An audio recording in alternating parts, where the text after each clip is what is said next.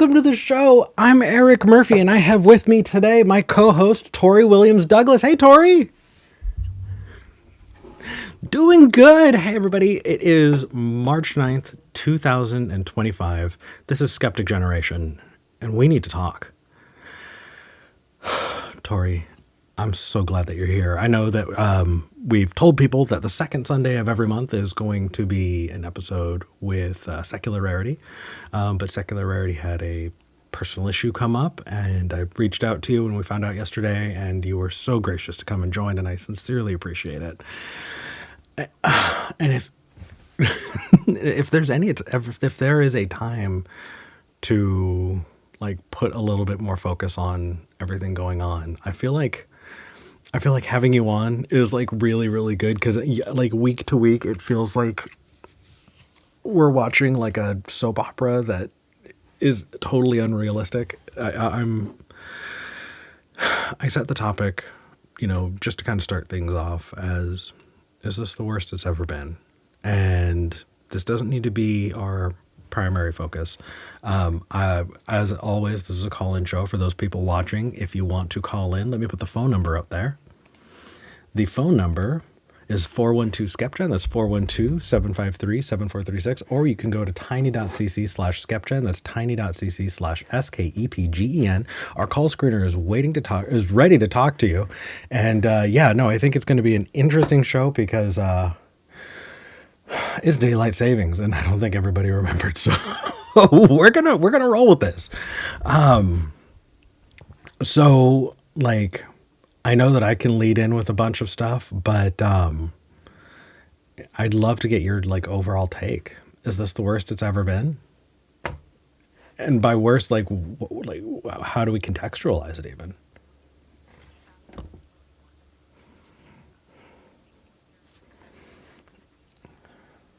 Yeah. A lot of us, yes, in our lifetime, it is the worst that it's probably been that we remember. Hold on just a second. It sounds like I'm hearing that. Oh, good. Okay. I had you muted at first.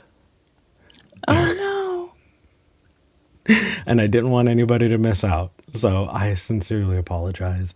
Okay. Go on. You're here.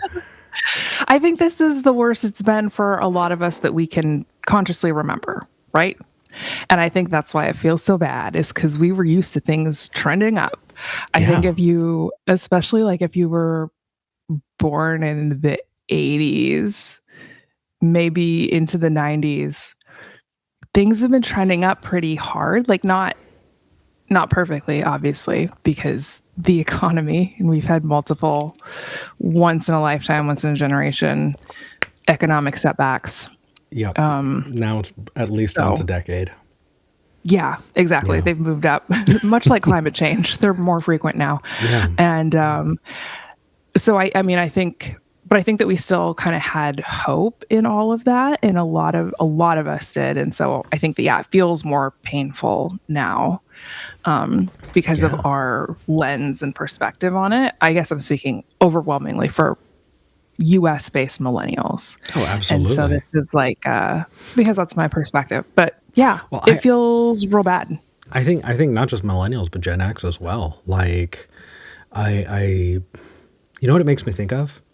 It makes me think of, and this is so cringy, but like Fight Club, right? They spend a lot of that movie like bemoaning the fact that they're a generation without a great cause and a great war, and how they're creating one for themselves, and I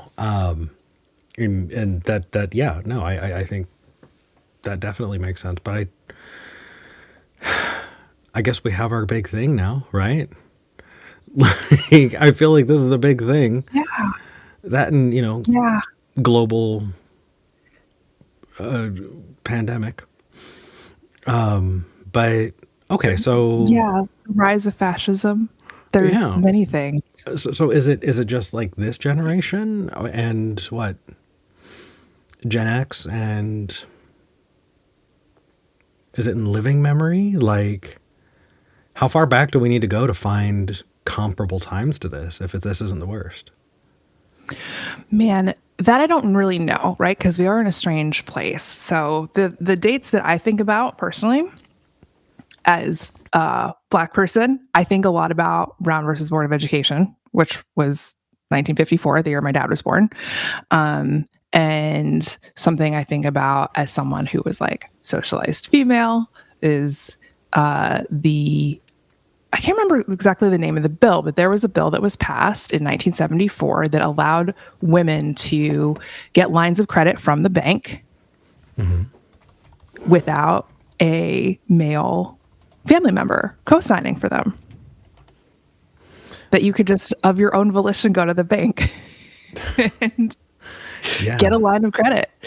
Right? So like, I just looked it up. It is the 1974 Equal Credit Opportunity Act. There we go.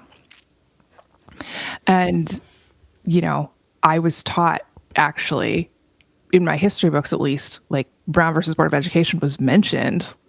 Equal Credit Opportunity Act was not mentioned. No, No, they didn't bring that up, right? So there's so many things, and I think that Brown v. Board being kind of interesting because it required like militarism to integrate schools, like the actual military presence of the government to integrate schools. Like that's how rough that was. I don't know that it required military intervention to allow women to actually go into banks and be given loans. Right. So there's a gradient here. That 20-year window, though, I think about a lot, right? Because you have all the civil rights legislation, a lot of civil rights legislation happened in that time, right? The Voting Rights Act, Civil Rights Act in terms of desegregating public spaces. And so, yeah, like things, what I think is really interesting, right, is if you are, for example, a baby boomer, you've probably seen worse than this in terms of people's rights, I think for sure. Yeah. Like but there I mean, were a lot of people who had fewer rights when my parents were born. even boomers, though, I think that they were maybe in their teens, early 20s. Like this was not something that they were fully grown, and Sure, they were children adults for sure. Yep. So yeah, like okay, so we're saying that it's bad, but let's get a little bit more context, right? So for people who are watching in the future and for people who are watching from other countries, if you're watching from another country, I bet you have a better idea about what's going on here than we do sometimes. Just the sheer amount of response from other countries this week has been absolutely nuts. From French politicians calling out that the United States should no longer really be considered an ally that can be depended on or trusted, from protests in other countries where, acts of, a lot of property damage, at places that symbolize the oligarchs currently in charge, properties owned by Donald Trump and Tesla dealerships in other countries. And here. And here. In Oregon. Yeah.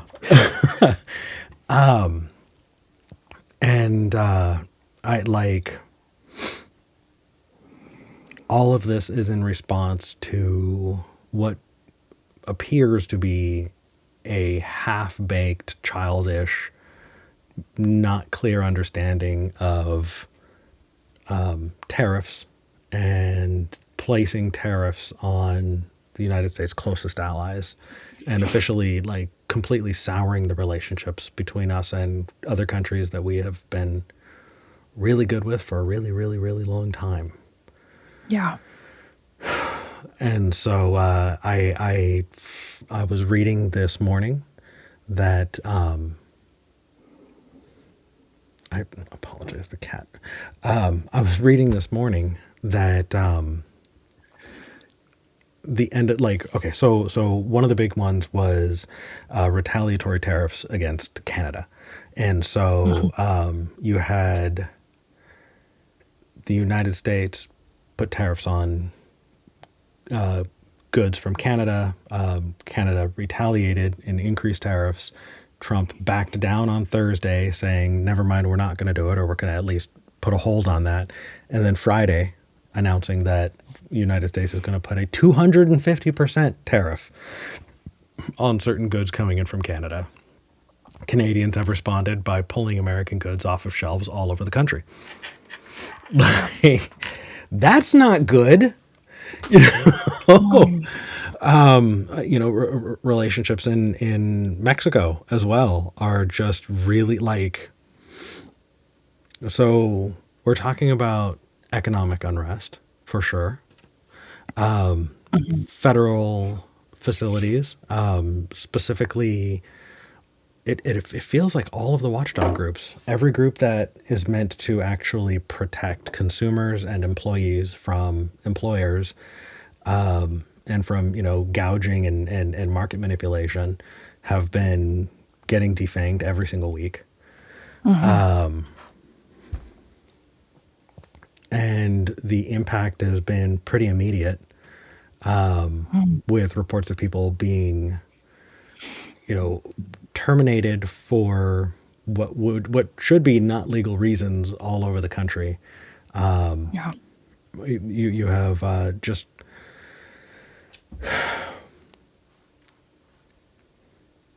all of this is to say the heightened political climate is what we're comparing. We're comparing this to when did things feel like there was this much going wrong, and 3 generations. Well, and I think that the self-sabotage piece is different. I think, maybe I'm wrong, right? My perspective for sure is that the US like harming itself feels very different from other challenges that we have faced. Yeah. And, putting ourselves at a disadvantage, because I think that the one lens that Trump has is like, does this make good television? That's what it might not have been him, now that I'm thinking about it. I don't remember exactly who it was that was in the room when Vance and Trump and Volodymyr Zelensky were in the Oval Office having that conversation. And was someone that this week too? What was that? I think that was this week too. It was this week, yeah. I believe so. Oh my gosh, what a time. Yeah, okay, go ahead. And maybe it was last week. But yeah, somebody on Trump's team saying, as they're wrapping up the meeting, this will make great television, right? And I like, that's Trump's lens on things, is like, what's going to make good television for me as the main character? Yeah. And right, it's just, he wants attention. It's not about the outcome of any given policy, right? He loves attention. He wants money. He wants to stay out of prison. As I believe I said, money and staying out of prison last week when I was on, but also he wants the attention, right? He loves that. And so, yeah, being willing to shoot yourself in the foot because it makes good television that feels unique. Yeah, I can't think of an analog. I can't think of an historical analog in the U.S. to that. And I think that we're in a very strange place. So correct me if I'm wrong, but I believe it was one of the people who was, crucially involved with Project 2025, who is on record saying that the plan is to shock and awe and do more things to upset and like more things to exhaust the left than they could handle, so that we could be beaten into submission, essentially, just through sheer volume of crap. That sounds right. I did read that this week, and I do not remember exactly, but person who helped create Project 2025 sounds like the correct origin for that. Yeah. That the overwhelm is going to do half of the work, right? And I think that that's a good point, right? The mass layoffs, the mass illegal layoffs that are happening in the federal government right now,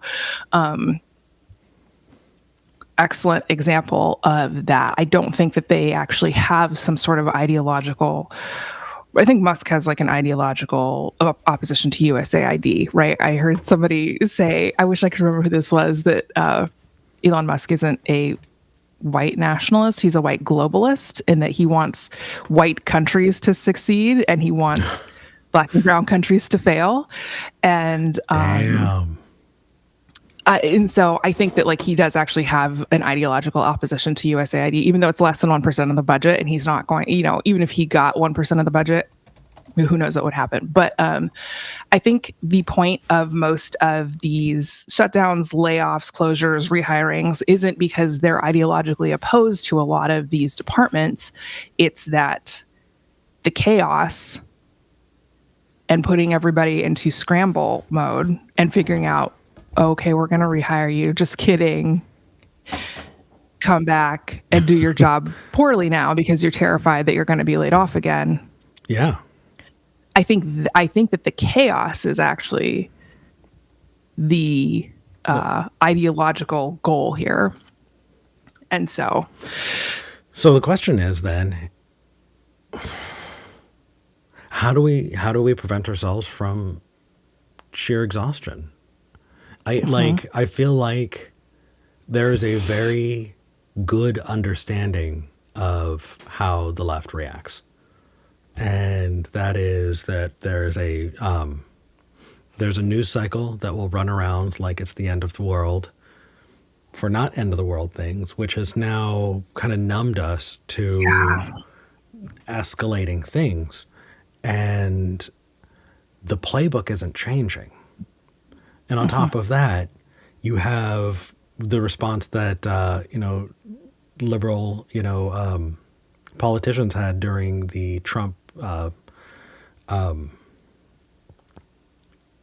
wasn't the State of the Union. It was him addressing the Senate, right? Or was it him addressing Congress? Well, I feel like it was the State of the Union. Was it the State of the Union this week? Where everybody who was wearing pink, is that what you were talking about?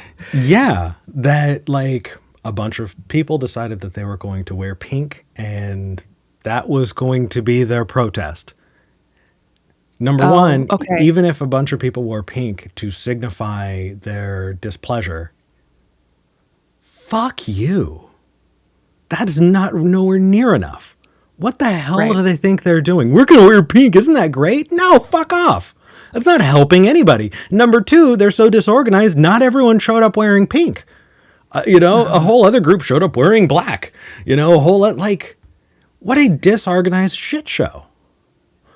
Yeah, I think that this is really hard, right? And I think that the Democrats, I don't know, I don't want to say establishment because I feel like that word's sort of been poisoned by people on the right, but like people who are in power in like the highest people in the Democratic Party very much prefer to, they want to be like good losers, right? They want to come in second place with a good attitude, and as opposed to fighting back. They don't have much fight in them, right? And that's not the point to them. The point is equilibrium. And so as we see like the Overton window, for example, getting moved further and further right, as we see these more and more extreme policies, they're actually getting a lot of these Democrats on board in order for these harmful policies. Yeah. Because it's like, oh, we need to reach across the aisle. And it's like, but the aisle is moving further and further away from. That's a really good point. Am I getting more extreme, or is the world just getting more like, am I moving further, or is everything else moving further away from where I've been? It's so like, I'm wanting to have this conversation in part because I feel like a lot of conversations that I've been having with friends overseas, just in other countries, a lot of my friends are not in the United States. That is part of the joy of having done this on YouTube for a really long time. I've made friends in a whole bunch of crazy places. And a lot of times I talk to them and they talk to me as if I don't know what's going on, or as if I'm not emotionally affected, or as if explaining things to me or taking out their frustration at the US on me, their friend, is going to fix things. And so I wanted to take this moment first off to just like address, what we're seeing and how we're reacting to it. I don't know. Those of you who are watching from overseas, a whole bunch of people showed up and wore pink. Not all of us, because we couldn't get our shit together. But out of protest for what's going on politically, they wore pink to signify their displeasure. Is that good enough for you? Can I add, as someone who, again, is somebody who tries to pay a lot of attention, I don't even know what the pink was supposed to symbolize. Right? Like, I know that they wore pink. I don't know what they were even... if they'd all worn white, I would have known that it's like, oh, suffragettes. I would have known what that was, right? Yeah. If everybody had worn black, I would have been like, oh, okay, this is like, maybe I don't know like the specific ideological statement you're trying to make, but I actually legitimately don't know what the pink was supposed to symbolize. Right. And also a bunch of them brought signs that say false so that they can hold up their false signs when a lot, like...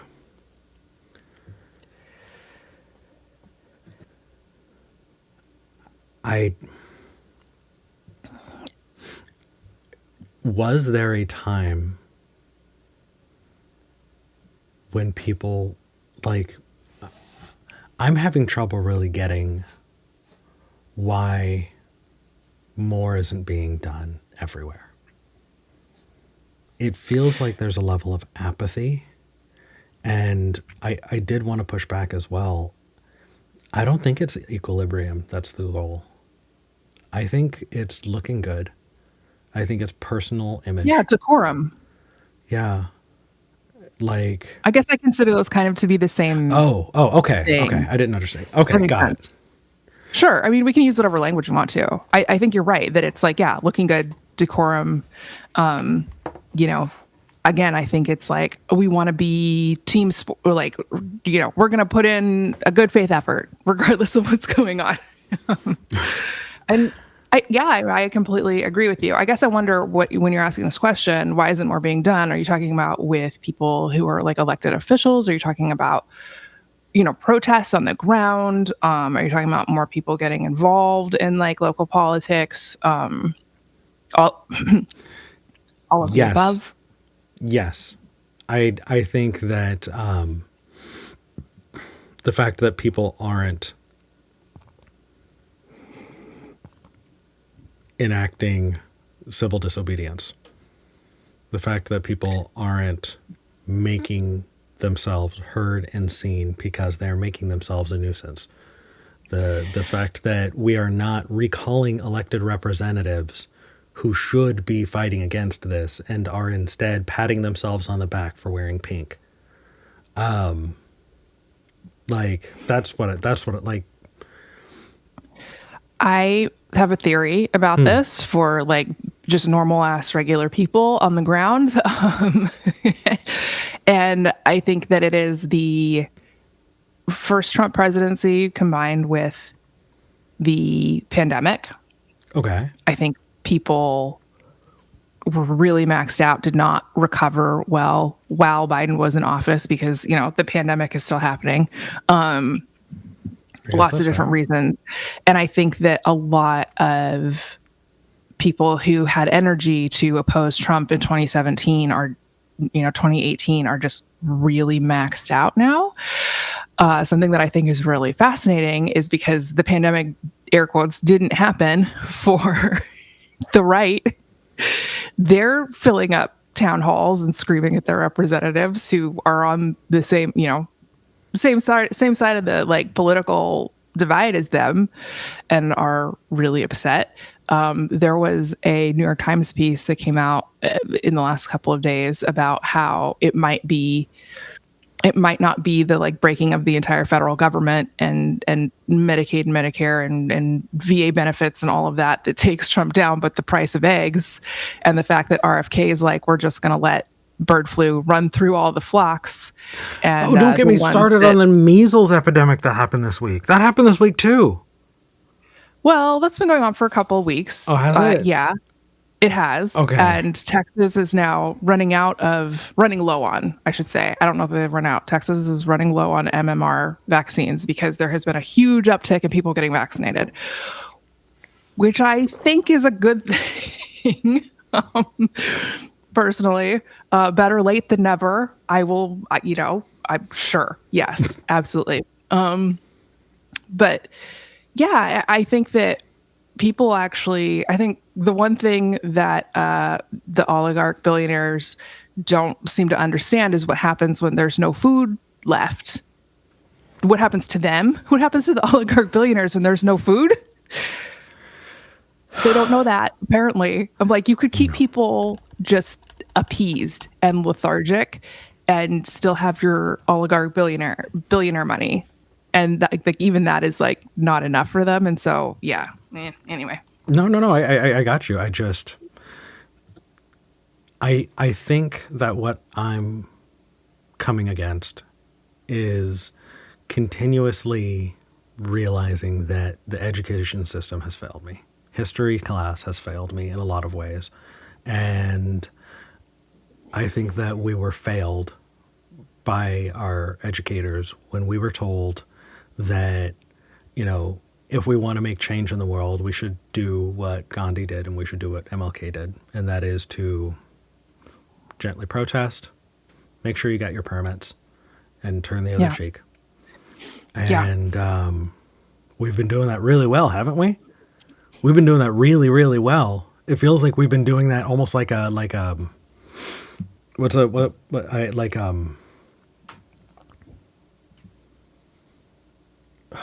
what's the word? Like a spell, I did all of the steps, right? I did this, I did that, I did the right moves. Now the magic should take place, right? Like, doesn't everybody see that I'm doing the steps of the enchantment that is supposed to make this change? Mm-hmm.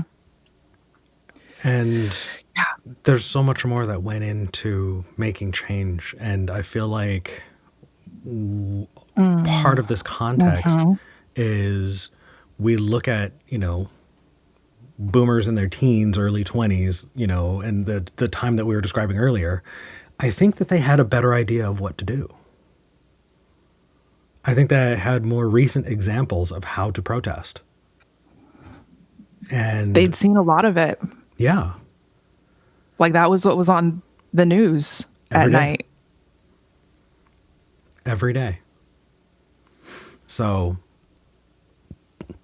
I'm glad we got this started. We've got a couple of calls already, and I just wanted to kind of get this thought out. I'm going to put the phone number out one more time because I'd love to have calls to choose from. The phone number is 412-SKEPGEN. That's 412-753-7436, or you can go to tiny.cc/SKEPGEN. That's tiny.cc/SKEPGEN. Our call screener is waiting to take your call, and we would love to talk to you. All right, let's start by talking. Or do you have call-ins to do open? I do. Yeah. Cool. Who do you want to talk to first? I'm ready. I'm ready to go. Let's go. Okay, then I'll pick first. Let's talk to Ditso in Costa Rica. Ditso, you are live on the show.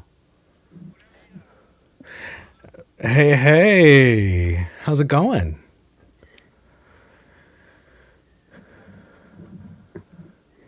Hello.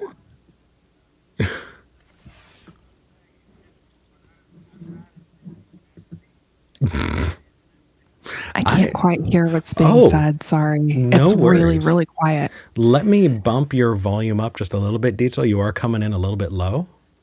Okay. All right. Let me get your volume going here. All right. Can you say something for me, Ditso? Ewa, pura vida, desde Costa Rica. All right. Can you hear him? Hey, yes. All thank right. you. Cool. Hey, thank you, man. All right.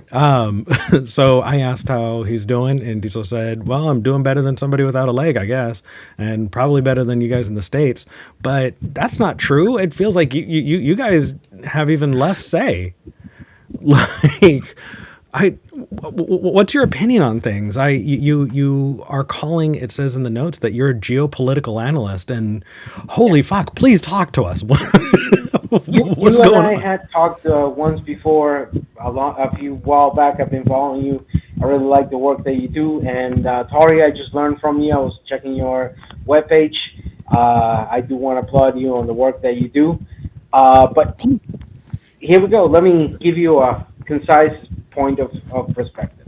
Yeah. Look, Trump to United States is what Hugo Chavez was or is to Venezuela, what Daniel Ortega was to Nicaragua, what Pinochet was to Chile, so on and so on. I can continue mentioning that association. Okay. We are right now living the era of change that had been the status quo, particularly post-war, post-Second World War. You know, that era of late 40s, 50s, 60s, 70s, 80s, and 90s, and then we started seeing that change in the last 24, 25 years. This change means, very interestingly, on the Western Hemisphere perspective, it means a tired a civil society that is tired of bipartisan models, Democrat, Republican, or social democrats versus social Christians, or leftism versus right. That duality of things is dead, is gone, and good riddance. But its death is at a high cost, because if you don't, I want to like really quickly kind of step in, because I feel like people are not going to understand what you just said, and I want to like dive into that just a little bit. So like really quickly, there is this opinion that a lot of people have that it's a very obvious choice that Republicans are bad, Democrats are good, and it's because a Republican is in the White House that this is happening. And that it is a Trump thing and a MAGA thing. And so when you say duality is dead, Democrats and Republicans are not representing different things anymore, I think that's probably striking a lot of people in a really weird way. So can you give a little bit of information to that? Like, sure. What do you mean? So, in very simple terms, if we analyze what happened post-war, one of the most common things, especially in the Western Hemisphere, and I'm going to specifically or uniquely talk about the Western Hemisphere, okay, was the bipartisan control. So Mexico down to Argentina and a lot of places in Caribbean, the political control, the economic control, and the social control was established mainly in a duality of bipartisan models, following a lot what was happening in the United States. I keep interrupting, and I'm so sorry. And I think it's just, is there a way? We're getting a lot of wind. Let me turn on my ventilator. It's just that it's hot over here. Shit, I'm sorry, bro. On the 80s. I'm sorry to cook you, man. It's just hard to hear you. That's all. Okay, is this better? Way better. All right, there we go. So let's stating that concept. The breakage of this bipartisan model, we've seen it already, slowly happening. We saw it with the election of Morena in Mexico.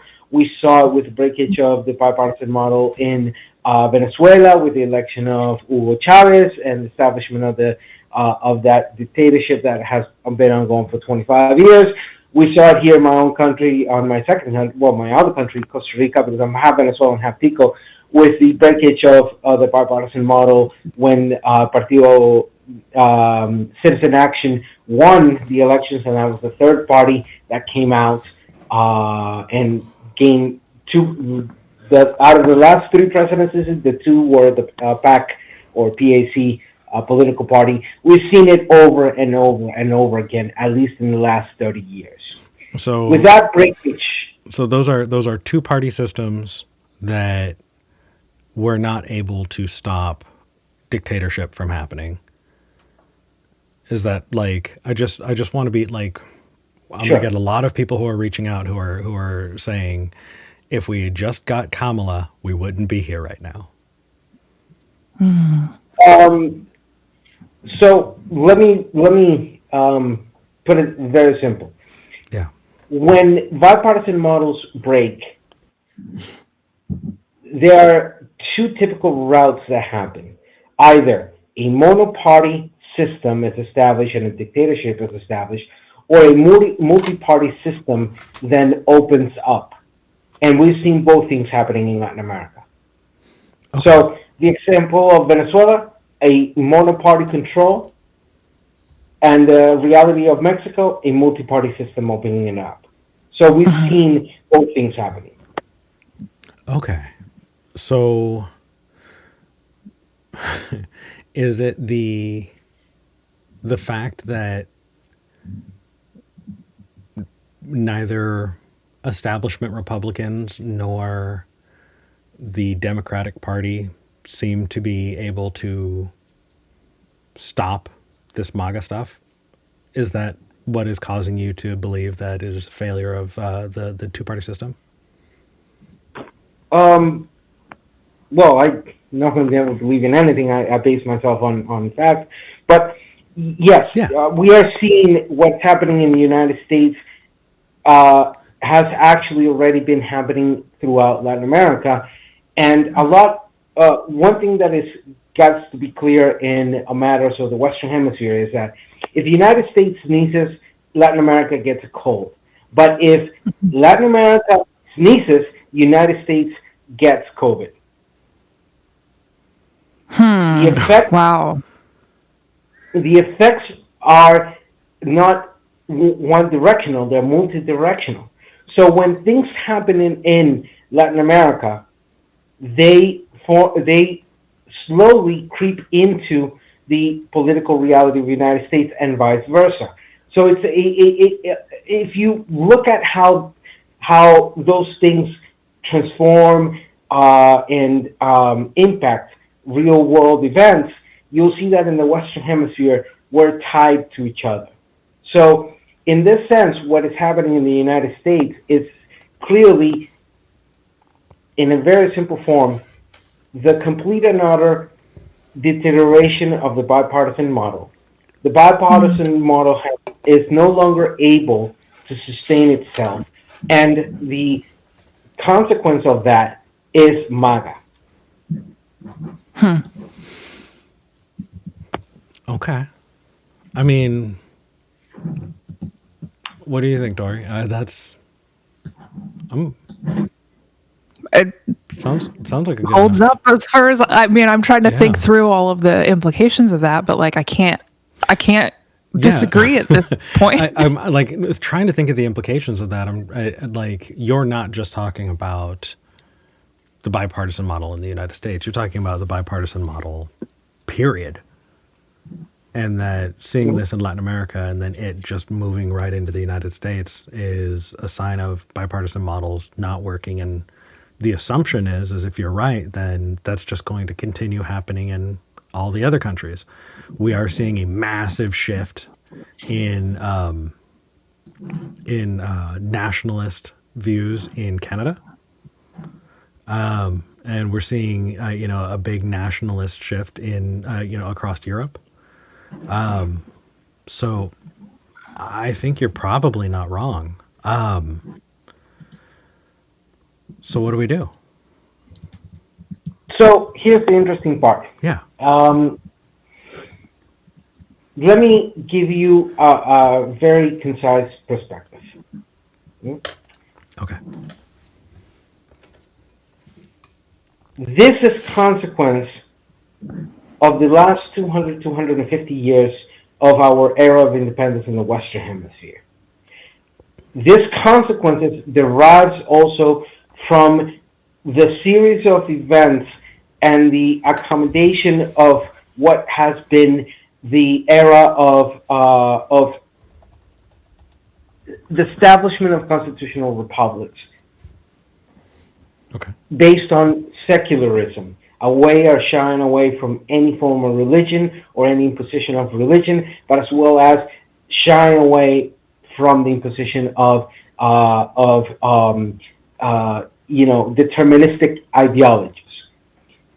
That result is now opening a series of doors for good, for bad, for ugly, for nice. All different options are being established.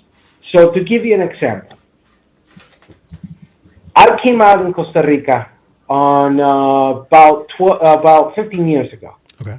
2010 or 2010 if you use Gregorian calendar.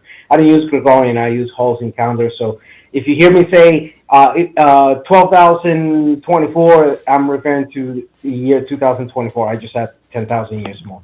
Anyhow, Okay. I digress. Anyhow, so I came out in Costa Rica 15 years ago, pushing for the legalization of cannabis or marijuana.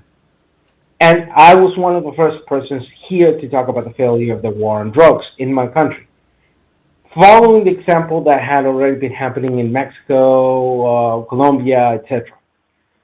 So I took that whole project alongside the groups and mobilizations we did to the Congress.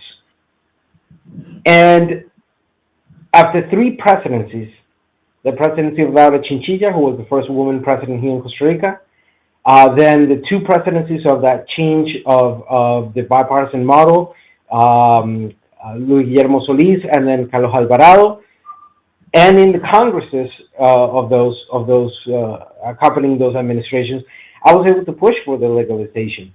And almost 4 years ago, we were able to pass the project. Some of that I was constantly being told, it's impossible, it's never going to happen, you're wasting your time. Marijuana is never going to be legal in Costa Rica. We're too extremely conservative. But I was able to do this because I understood one thing about the process of revolution in Latin America. The process of revolution in Latin America has had, at least for the past 500 years, a notion that resistance is not futile. Resistance is necessary, but resistance must be done accordingly to the context you are attending. So, can you give a little bit more information on that? Because your example here, right? Like I asked, what do we do? And you gave an example of working within the system over the course of many years to see incremental change to wind up getting the results that you want. Is that resistance? Because it seems like when we talk about resistance, we talk about things that happen in a matter of a few years, major changes, big shifts in things. You know, at the beginning of what you were talking about, you're referencing how people were influenced by, you know, like Hobbes and Locke and like, you know, declarations of the rights of man that influenced, you know, revolution that started the United States. And that wasn't using the existing system. It was a destruction of the existing system and not working within, you know, the British government to make sure that the colonies were taken care of, but something entirely different. And so I guess I'm listening to what you're saying, but I don't know if I would call that resistance. So resistance is not an hegemony. You cannot resist or pretend to resist under one model of pushing back against those who want to harm the common good. There are multiple ways of creating that resistance. Throughout the process I did in my country, other people started doing their actions, inspired by what I had kickstarted. In some occasions, I did not necessarily agree with them, but it did not mean I had the control or the hegemony of how those representations came out. So, what to do? What to do is to learn that nothing is impossible, but the actions you commit, you also would require to assume the consequences of those actions, be it positive, negative, or anything in between, and at the same time, be able to ignore the voices that keep on telling you, both personally and externally, that the goals that you have are impossible. They're not. In politics, nothing is impossible. You just need time, good context, and sometimes good showmanship in order to create the conditions for change. Tori, what do you think? That is definitely giving me a lot to think about. Especially thinking about it where my brain sort of went was, oh, if we're really at this crossroads of either a one-party system / dictatorship or a multi-party system, like which side is the US gonna tip towards? And it definitely feels right now to me like we're gonna tip towards that one party dictatorship or dictatorship light maybe option. And while I do truly believe that, yeah, like we can't wallow in despair or give up or decide it's impossible. Like we do have to keep fighting. We absolutely have to take responsibility for the choices that we make while we are out in the street protesting, resisting, whatever that looks like. I do completely agree with all of that. I think I'm a little, it's very sobering to consider that we could be at that potential crossroads, because I think we might be kind of going back to what we were talking about, Eric, at the beginning. Is this the worst it's been? Very much being at that crossroads, if that is indeed where we are, makes me think, wow, things are going to get a lot worse before they get any better at all. Well, I like the thing that I'm holding on to is during World War II, we had concentration camps in the United States. Right. We had the entire we had entire witch hunts trying to root out suspected communists in the United States, where we as a country went to wild measures and absolutely tore each other to shreds, or really just allowed hyper-conservative nutsos to come in and tear everybody to shreds. And so, like, there are examples of worse things happening. And I disagree with you. And I'm still thinking about this. Like, I'm not really firm, and I'm thinking out loud. So maybe you can help me here, because it feels to me, when you say that nothing is impossible in a democracy, I think that's wrong. I think there are lots of things that are impossible in a democracy, because I think that there are things baked into our version of democracy that, like, currently, I think that the end shape of our current type of democracy is capitalist oligarchy. I think that with the way the relationship money and politics has, and the way that influences representative democracy, it makes sense that over time, the people who are going to fill the positions of power are just going to be the people who are willing to be bought for the most money. And over time, buying your way into political power is just what's going to happen. That is the path that it's just going to take by the structure that it has. I don't think that when you say nothing's impossible, that's really hopeful, but I'm way too pessimistic for that. I don't think that's true. I think it's nice to hear, but I don't think it's true. Let me give you something. Yeah. I want you to think about this. Tori said something in regards to the crossroads.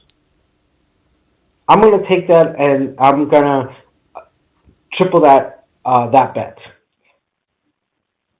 Here in the Western Hemisphere, for the past 500 years, we've always been at a crossroads. No matter how you view it, we have always been at crossroads. I take that even higher, and for the past 12,024 years of human civilization is always at a crossroad. No matter how you want to twist it or how you want to view it. We have always been at that moment of utter and complete destruction. And in some occasions, we have made the decision, or the decisions we've taken as humanities has led us to that complete and utter destruction. And others, it avoided that destruction. So, to be frank, I don't, that's too broad, that's too general, and it's way too flowery. For like, if you're talking about the history of the West, a large amount of that was a feudal system, right? A huge amount of that was such small groups, and there are so many different versions of the way people govern and organize themselves, that if we're going to talk about democracy in any like real way, then like the modern incarnation of democracy is so new that when you're talking that's about the West, overgeneralizing. what countries or what ethnical groups are you referring to? Sure. So, from my understanding, well, here in the United States, we're taught mostly European history. And my understanding is that European philosophers who influenced the colonizers who came to the United States on, how representative democracy can be done was actually influenced by Native American groups. And so that can be traced back 400 years, maybe 500 years.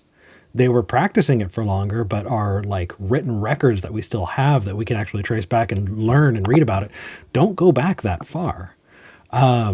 If we want to talk like, and in those societies, you did have things like feudalism, you did have things like serfdom, and representative democracy doesn't feel that old. So, let me explain to you something. When I always, especially in the classes I teach or the things I do, I always say something. The West doesn't exist. That construction is a fantasy made by North Americans that mean absolutely nothing as a miseducation. If we want to understand the difference between Western Hemisphere countries that are moderately 35 nations versus Western European, then we have to make the clear distinction of colonization and the process of independence. Okay. And making that difference in the historical context. Okay. Understanding that, then we understand that the notion of treating the United States only as American or the idea of Western civilizations is a lie. It's not sustaining in anything whatsoever more than unnecessary propaganda. And you yourself said it. Your education system only teaches an Eurocentric reality. Right. Yeah. It does not teach a Western Hemisphere reality. So it does not teach that, for example, one of the prices of colonizations that the Europeans had to pay was that we utilized their ideas, like liberalism, against them. We use what they had made in their books against them. And they do not realize that Western democracies, as Western Hemisphere democratic systems, is genuinely something that we constructed, from Argentina all the way to Canada, plus the Caribbean. Okay. But then, as early as we started doing that, what happened? We get a neighbor who thought themselves to be the Monroe Doctrine, the Destiny Manifest, that their destiny was to then control all of us. Right. And that's when we said, hold on. So when we look at the history of Manifest Destiny, when did that really kick off? That started kicking off early 1100s or 1800s. Okay, so that's 200 years ago. So my point stands. On mid 1800s. Okay, so my point still stands then. Yeah, I said you're talking about concepts that have happened in the last few hundred years, And, if you want to talk about the history of colonialism and all of that, that's great. That happened in the last few hundred years. The point that you made that I'm disagreeing with you on is you said that we've always been at a crossroads for the history of humanity over the last thousands and thousands of years, that we needed to make a choice. And I feel like that is an overgeneralization that squashes any nuance that can actually be useful. Like we were not always this bad. We were not this bad 10 years ago, at least not here. You have pockets of awfulness. Yes, but that doesn't I don't know if you are a universal pessimist by saying it's always been this bad, or if you're saying that this bad is just what are you trying to say when you say that? Because I don't understand. Okay. I'm glad that you asked. And yes, we've always been on a crossroads. And if I grab particularly the history of the Western Hemisphere, we've been, for the past 500 years, on a crossroads. We were at crossroads before the Europeans arrived, but those crossroads were genuinely ours into our development of how our indigenous peoples throughout all the continent were developing. Okay, what is the crossroads that they were dealing with? Give you an example. You know that there were certain diseases and certain climatological impacts that impacted the Mayan empires. Then they started moving south. That we see the combination of Mayan people with Lempera people, with the Nicaraos, with the contacts that there are indications that there were contacts with the Caranagos. So all that type of actions and happenings that either have internal or external influences into the notion of crossroads. Okay, happenings that have internal and external influences to the notion of crossroads is so vague and ambiguous. I don't know how we're going to get anything useful out of it. I care about you, Ditso, and I'm pushing you to do better. That is so vague that I don't know how we're going to apply that. And the idea that you're referencing a human migration due to disease and somehow comparing that to imminent fascism right now, saying we were at a crossroads because we needed to make a decision as a people makes sense. People are always making decisions. That is part of the human condition, and I agree. But I think that if we just chalk it all up to that, we lose the ability to, we lose the forest for the trees. I don't think that's useful. Okay, so how to put it simple, because this is one of the pillars of my activism as political, and the things I do, etc. So I'm going to put it very simple. When I say that we're always at a crossroads, I am not trying to tell you be optimistic or be non-optimistic or pessimistic in that sense. What I'm saying is, if we understand that the constancy of that notion of crossroads, it is something that is always present and has always been present, then the notions of where we can decide on how we can resist, on how we can fight back, on how we can procure change, it can take another a different facet. Okay, one that is away from pessimism or optimism, and one that realizes it needs to have that constancy of action. Okay, we're constantly needing to take action. I agree with. I don't know if I'm getting anything else useful. What about you, Tori? I mean, yeah, I guess I'm struggling to see, like, yes, we need to have that bigger kind of, I don't want to even necessarily say global, but we need to have a much bigger perspective on what is happening here in the States right now. And like, that will absolutely help us push back against fascism. Yeah, the conversation feels so broad in terms of, I think maybe, Eric, maybe I can speak for you. I'm not sure. Speaking for myself, I'm like, I desperately want more information so that I can make better informed choices about like the fascism that we are staring down the barrel of right now. And so like, yes, I'm always trying to learn from, you know, the indigenous peoples of the Americas, like, and their, they had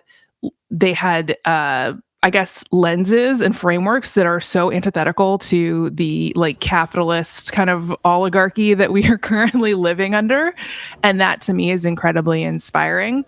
But I also, you know, I get stuck on things like even referring to, you know, the US has been referred to as a democracy for just centuries, right? Or a republic, depending on, I guess, you know, your ideological position at this point. But we have to deal with things like the fact that, for example, I was talking about this on my podcast, White Homework, this week, that 26 million Americans don't have ID that they can use to vote or get a job or housing, right? So we like, is that a democracy when almost like 1 in 10 people can't vote or get a job because we've made it so that getting identification is cost prohibitive? Like, so I guess I'm kind of struggling with like how we take that really big picture sort of lens, and you know, I can take that big picture lens and say, I can have hope that things are trending better so far. Yes, absolutely. I'm here for that for sure. But in terms of like, the sort of nitty gritty, what is the next step that I take besides like inviting you to a protest next weekend? What do those things look like? Mm-hmm. And this could just be the fear speaking, or like the panic that I'm feeling of like, we have to have something to do. And as much as I love history and I love prehistory and I love learning from other cultures, the things that we're able to learn. Yeah.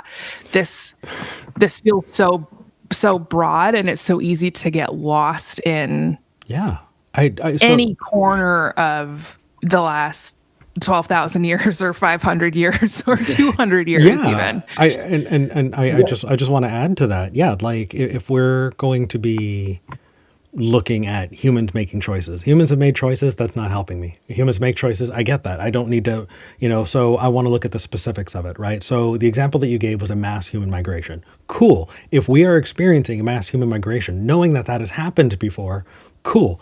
Even that specificity is not helpful, though. What did they do to survive that mass human migration? That would be really good to know, right? If I'm willing to absolutely grant, okay, representative democracy, you know, outside of the lens of a Eurocentric, you know, view of history. Absolutely. Let's just grant that representative democracy was everywhere. Cool. Was there like militant kind of purges? Were there groups of people who were, you know, creating in their time the kind of horrific things that we're seeing nowadays, right? Like totalitarian dictatorships, those aren't new. So if I ask you, hey, you know, what do you think? And you go, oh, we've always made choices. I don't care if we've always made choices. What about totalitarian dictatorships? And you go, oh, there's always been totalitarian dictatorships. I mean, cool. I guess that's nice to know this isn't the first time, but even that's not useful. What did people do to move past that? That's where the useful bit is, right? Like we have this so much history that we can draw back on and that you're referring to. The fact that it happened, I don't care. What did they do to get past it? How did it get past? How did it happen? Okay, so how to put it in? Yeah, I don't want to expand myself. I really want to, because I'm saying it, the things in Spanish, blah, blah, blah, whatever. No but worries. The point here is, something about me is that as a political activist, etc., one of my things is that I've always been fascinating in seeing the broader or the macro then to the micro. The way I've always done that type of analysis is that view the macro in order to understand the micro. I've always applied that in every sense of the word. For example, if I'm working on XYZ community, which I have done, and I'm pressuring because there's a lack of water accessibility towards that community, I know the steps to take in order to pressure sufficiently to have the governmental response to fix that particular issue on that particular community. But I also know that even if we take the correct steps through the system, that in 80-90% of the time, that's going to take us 25 years. Okay. Well, it goes to court, blah, blah, blah, and all this stuff. So how do we make sure that the solution comes as fast as possible to the necessities of that particular community? That's what we're asking. Take other actions. Okay, what other actions have people taken before? So, for example, of course, the basic typical actions that you will take are go out, block roads, block important roads in order for to stop the flow of traffic, but that usually has a certain impact. I don't think you're relying on your historical geopolitics for that answer. I think you're relying on a modern political view of civility politics for that answer. So I really want to know how 600 years ago people blocked the roads to be heard, and how 600 years ago they needed to understand that there was a consequence, that people probably weren't super happy that they were blocking the roads at a protest. From the get-go, if we look at that point of resistance, you had indigenous, as then eventually indigenous and slave revolts that stopped momentarily the businesses that were being run at that moment. You had examples like Pablo Presbere, Tupac Amaru, Wete from the Arawak people, amongst others. So throughout that time, you saw an increment of violence and resistance in that era of how those things were done. So you have all that aspect. Now, in modernity, obviously, because of the constructions of these democracies and the social contract, etc., you say to yourself, shoot, we elect these people, we put these people on the position of representing the government, and they're effing up around, and they're not resolving from the most basic problems to that. Yeah. Is our first response, should it be the response of violence? Should we go with a gun and put it to their heads and say, get this shit done? Or should we use other means to make that pressure happen? And if those fail, end result, put the gun on their heads. Yeah, I'm not even asking about shoulds. I'm just asking about is and what has happened. So if I'm going to get what you said, is because it doesn't matter if about democracy, right? We're just talking about totalitarian dictatorships taking over whatever exists in place. And historically, we find that when that happens, civil unrest happens, and that we should probably expect riots. We should probably expect varying degrees of people lashing out because they don't feel heard or represented, and because they're seeing a system that's changing in a way that they don't want to see it. So I'm not asking should they do that. I'm just asking, can we look back at history and go, yep, that's probably what's going to happen next?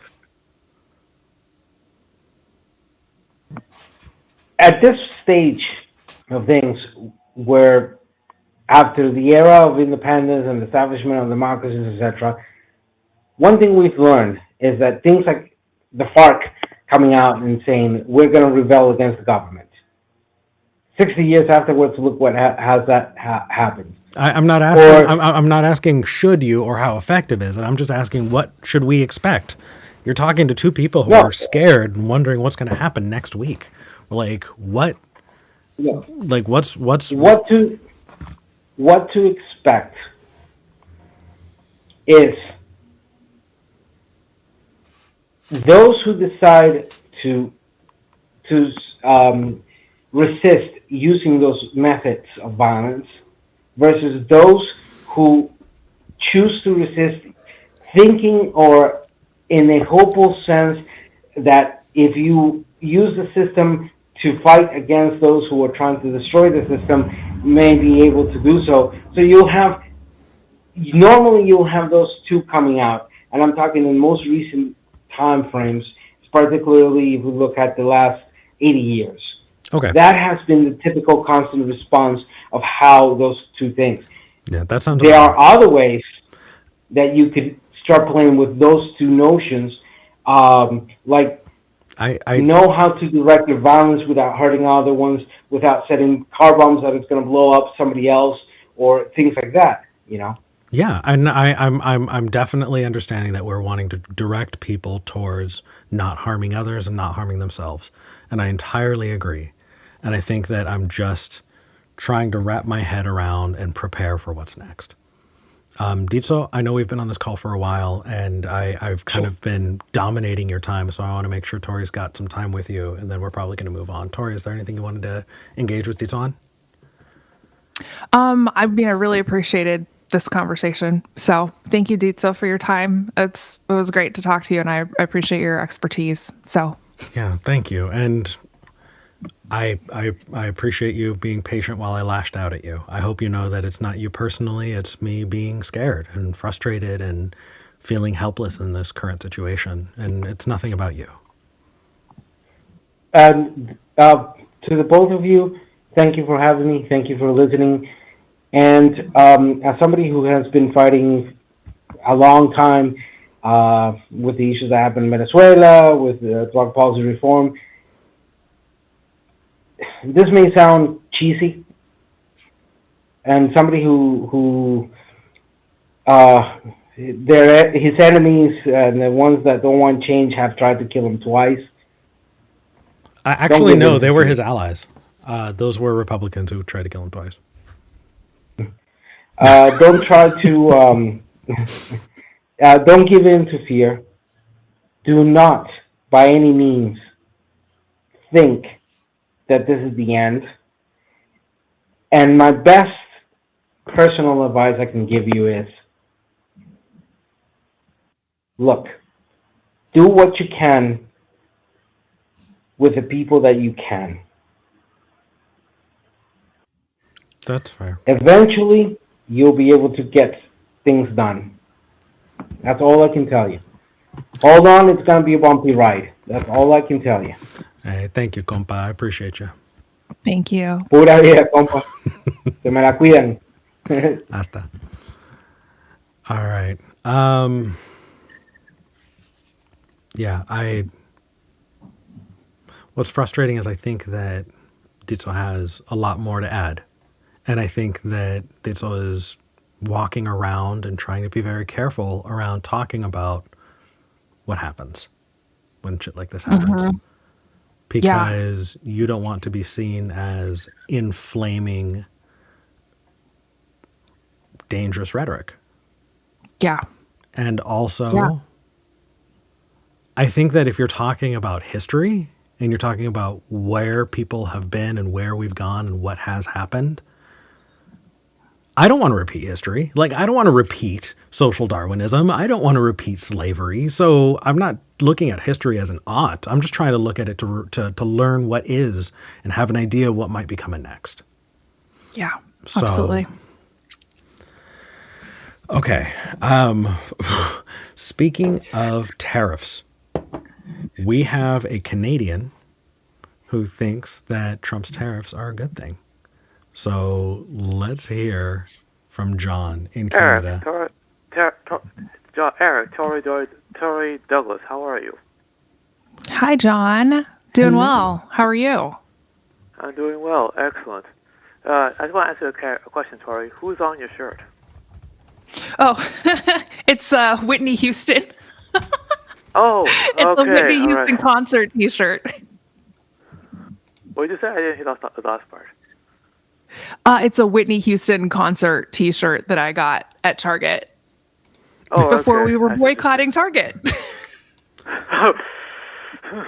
Yeah. So what's up? Okay. First of all, I'll ask you guys a question. How can you be surprised by Trump's attitude when he said during the campaign that he's going to put America first? And that's exactly what he's doing. Is he though? By doing these tariffs, he's putting America first, just like he said he would. I don't know about that. Hold on just a second. My earbuds are caught up. Give me just a sec. I apologize. Oh no. I mean, I guess it depends on what you think about putting America first. Okay. Do you mean putting America first even if it harms Americans? Like if it materially harms Americans, do you think that counts as... But how does that harm Americans? Because here's the plan. His plan is that by putting on tariffs, we Canadian citizens will not buy American stuff, or we won't make up American stuff, and that brings jobs back to the United States, which means that more American stuff will be made in the United States, which means more American jobs, which is what he said. Again, I think that I can see how there are ways to incentivize, rebuilding factories here in the United States, creating more manufacturing jobs in the United States. Like I would fully support that, honestly. The tariffs, though, reducing, in the short term, because factories cost, hundreds of millions of dollars at this point, and they take many, many years to build. They have to be approved on multiple different levels and so I think that, in the short term, saying people have to go without very basic things like lumber, like there's just less food at the grocery store.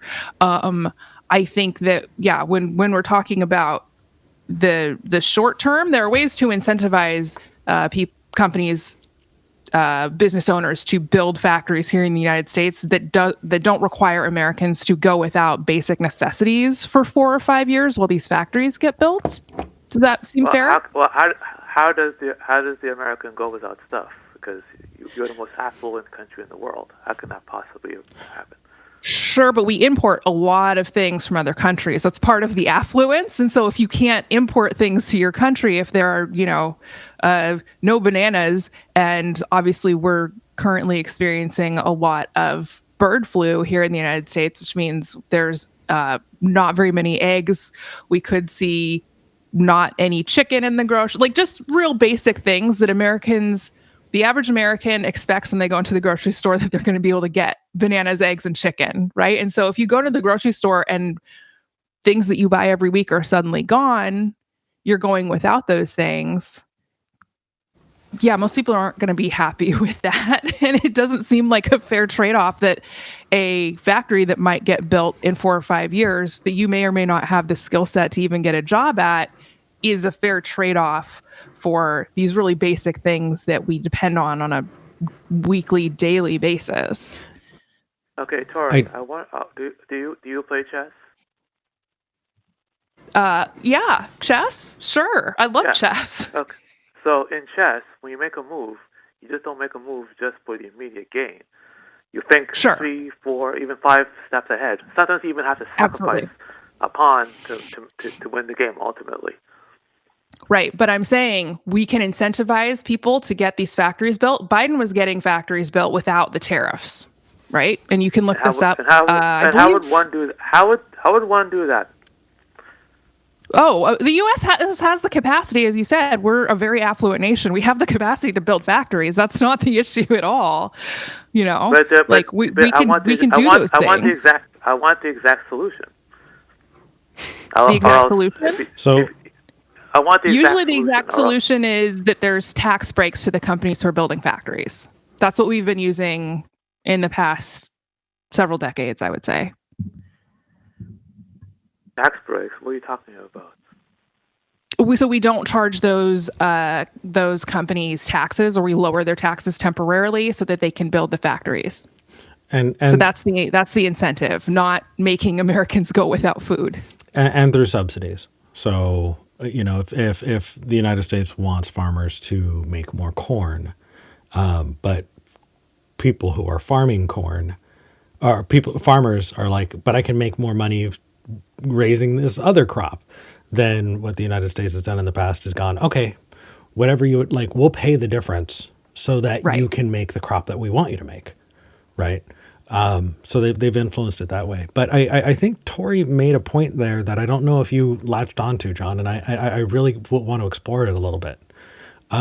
So let's say that you are seeing these tariffs, right? You're an American business person and you've got all the extra money to spare, and you see that there is a massive tariff put on Canada for whatever crop. I don't know. Grain. Let's just use grain as an example, right? Let's say wheat. Cool. Okay. So you want to take advantage as being an American to grow wheat and sell that wheat for a price that is cheaper because of the tariff, right? So that Americans buy American products, right? That would incentivize you to do that. Is that what you're describing? Well, what has to happen is that, okay, you guys are American. You have more. Well, I'm just wondering if I got that right so far, because like I'm trying to repeat back what you said in a way, like with an example. So you're saying that Americans are going to be more likely to buy American products because it's more expensive to buy it from overseas or other countries. So your business, that's what I said. Okay, yes. good. And also stuff be made in the United States. Good. So let's say you're a business person, right? And you decide that you can make a whole lot of money selling wheat because we've been importing it, or I don't know, cell phones, right? Like maybe cell phones. Whatever it is not important. Cool. No, it is important. I'll tell you why. Right? So you decide you're going to do that. Now you need to build a factory. Yes. So, okay, maybe you are just paying out the nose. You get a whole factory built in a year and a half. Okay? You need to get your supplies, right? Yeah. We don't have the rare minerals that are used in cell phones. We need to import them. So you're going to have to buy them with the tariffs. Which means that you're going to pass that cost on to Americans. But even if we had all of the like rare earth minerals to be able to make the cell phones, right? You build your cell phone factory, you're not going to get your stuff on the market for at least a few years. Do you think these tariffs are still going to be in effect in a few years? Well, Trump can't run Trump can't win again. Trump can't run again. And also, you're in Canada. What do Canadians think about what's going on with the tariff in the United States? It's 24/7 the news up here. They always talk about tariffs this, tariffs that, Trump this, Trump that. And are they super excited about it? Me personally, no. No. Just Canadians in general, because we're not Canadian, so we don't have your lived experience being there. Are Canadians very happy about the tariffs? Not at all. It's like the worst thing that ever happened to us. Right. It's Sunday. This happened on midday Friday. There has not been a full business day since the announcement. Do you think that there will be any kind of relationship between our two countries if this continues like this for the next few years? I'm telling you this right now, Eric.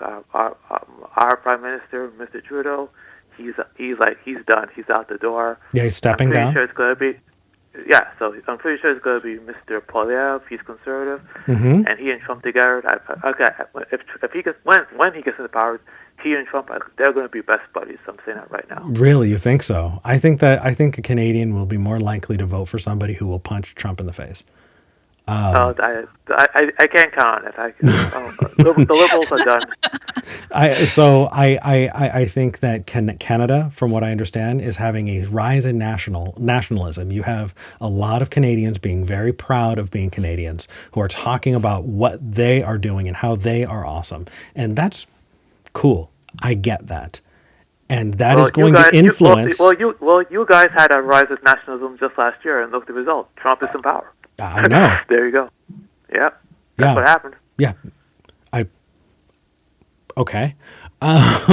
So moving forward, though, John, what I'm trying to get at is tariffs like that only make sense if they're going to be in place long enough for people who are making those businesses, right? You have to plant the crop and grow the crop before you can sell the crop. You need to create the factory and hire the workers and get the materials and build your cell phones before you can sell your cell phones. All of those things are on a multi-year level. And if this happens for long, we're not going to have the kind of relationships with other countries that are like, it's not sustainable, John. It's not something that is, by the time there's the benefit that you're talking about, everything else will be worse because of it. So here's the trade-off is more American products, right, being bought and sold in America and made in America. Is that more important than us having allies internationally? Well, like I said, you guys have to take care of yourselves first, because like Trump's promise, it's America first. He said it. But it's not America first. He didn't say the allies first. He said America first. Right. I don't know why you're surprised. He said it, and also that is not true, definitively. And how is it not true, John? I'm sorry, Eric, because that's what I see him doing. Okay, sure. So Donald Trump has completely removed a lot of the ability for people. Like, if you get fired for no good reason, right? If you get fired because, I don't know, your boss doesn't like you for the color of your skin, or because, that like they decide, hey, you know what? We've been paying you $40,000 a year. You're going to make $20,000 starting tomorrow. That's it. Like, all of those things there are protections for workers. That's putting Americans first. Donald Trump has removed so many protections for workers that the only person that's benefiting is the billionaires. So how's that putting America first? Yeah, Elon Musk. So how's that putting America first? I guess it doesn't. So it sounds like that's not really the case. Yeah, you're right. Donald Trump is saying America first, and he's not putting America first. Who is he actually putting first? Well, who did you vote in the last election? Let me guess. What's her name? Harris? Mm-hmm. No, who's the other person in the White House standing behind him? Vance? Musk, Elon Musk. Okay. Right? Donald Trump is putting the billionaires first. That's what he means when he says America first. Are you saying that you're now in an oligarchy? Oligarchy. What that word is? Oligarchy. Yeah. Are you saying that's what you're in now? An oligarchy? Yes. Didn't the founding fathers put steps in place to make sure that didn't happen? Yes. I find it ironic that a president who's saying, I'm going to put America first, quotes the Bible, Sarah, is doing all of this. I agree. What are you going to do about it? Well, I can't keep crying into my Cheerios every day, John.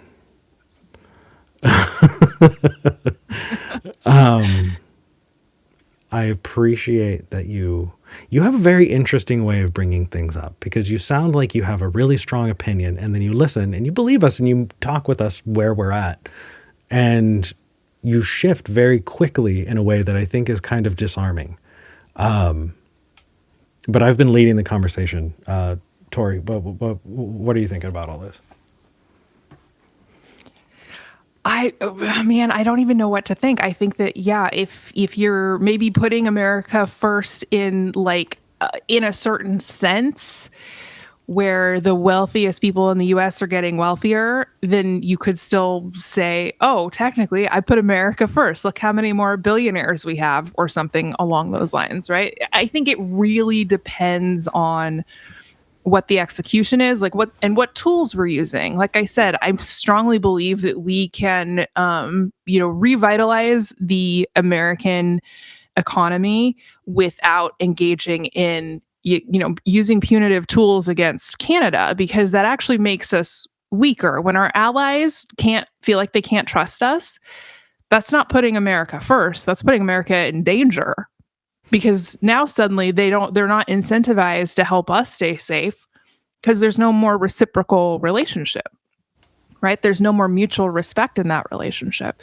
And mutual respect is part of, keeping a country safe, making sure that your allies feel respected by you, you feel respected by your allies. And Trump is on not even a daily basis, on like an hourly basis, making us less safe by antagonizing the people that we have considered allies. And, seeing as the US also has a fair number of enemies, I don't think we can afford to be going around mocking our allies in that way, harming our allies in that way. I think that actually, I don't think that's what putting America first looks like, personally. You can take on those enemies because, remember, you're the most powerful nation on earth. Who's going to dare challenge you?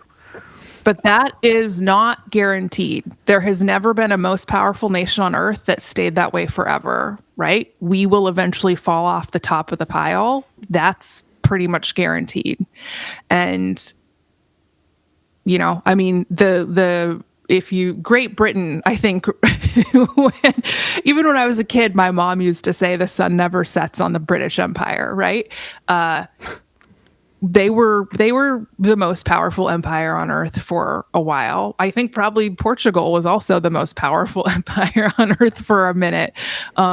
Nobody who has ever been at the top of the pile stays there. And I think that it's making yourself less safe when you were at the very top is actually unwise. I don't think it is a wise decision to make yourself more vulnerable to attack just because you're the biggest guy, because eventually you're not always going to be the biggest guy, and you have to plan for that eventuality, I think, if you want to be really realistic about it.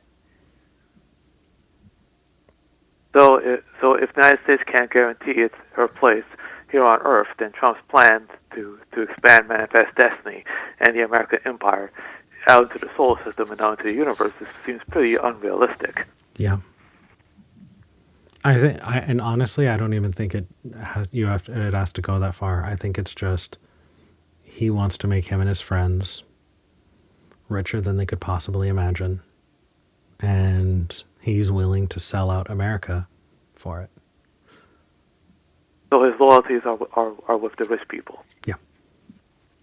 And also to Russia, is that also the case? I think it's very likely. But honestly, I don't even know if it's not, like people say that, Russian agent, all of this stuff. I think that Donald Trump looks up to dictators because he wants to be one. And so he spends time with dictators who see him and go, oh, you're just like us. And that's why he talks nicely about his relationship with North Korea. And that's why he talks nicely about his relationship with Putin and with other dictators. That's just, I think that he wants to be in the club, and I think that they see him and recognize that he's probably going to be in the club. Well, when you're talking about Putin, Putin controls the second most powerful country on earth. You don't antagonize the bear. Maybe you ever consider that maybe he's plus-sizing him to luring him into a trap? No, I don't. I really, really don't. But you wouldn't want to see a war between you and Russia, would you? No, but so let's use that reasoning, right? There's a kid with a really big stick at school. Does that that kid holding the really big stick, does that mean that he's smarter than everybody because he's got the really big stick? No, it just means he has a very big stick. Yeah, does it mean that everybody should listen to him because he's got the big stick? No, but someone eventually has to stand up to him. You're right. And I think someone eventually is going to stand up to the United States. And that scares me because I don't want us to be in war. And I think we are more likely to go to war with our allies, John, than ever before. You mean us? I mean that Trump wants to take over Canada. He said it plenty of times. He wants to make Canada a state. And he even stopped calling Trudeau, he started calling Trudeau the governor of Canada because he wants people to think about Canada as not a real country. He also wants to take over Greenland. He said this publicly, and he even in his address to the representatives in the House, I believe, he said, we're going to take over Canada, no matter what. Like we're going to make this happen.